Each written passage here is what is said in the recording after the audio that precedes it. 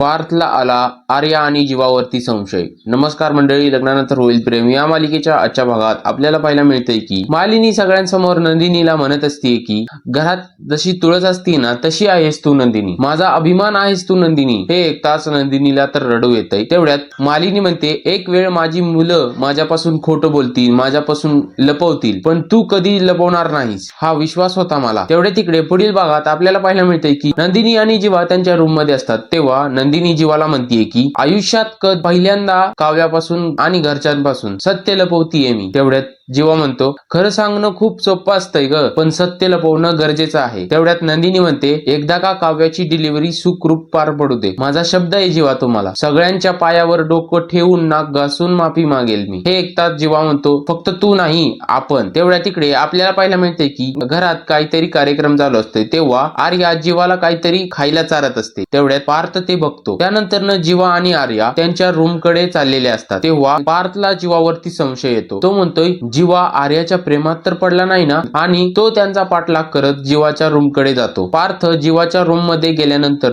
असं काही बघतो. ते बघताच पार्थला तर धक्काच बसतो. आता पार्थने नेमकं काय बघितलं असेल, तुम्हाला काय वाटतंय कमेंट बॉक्स मध्ये नक्की सांगा.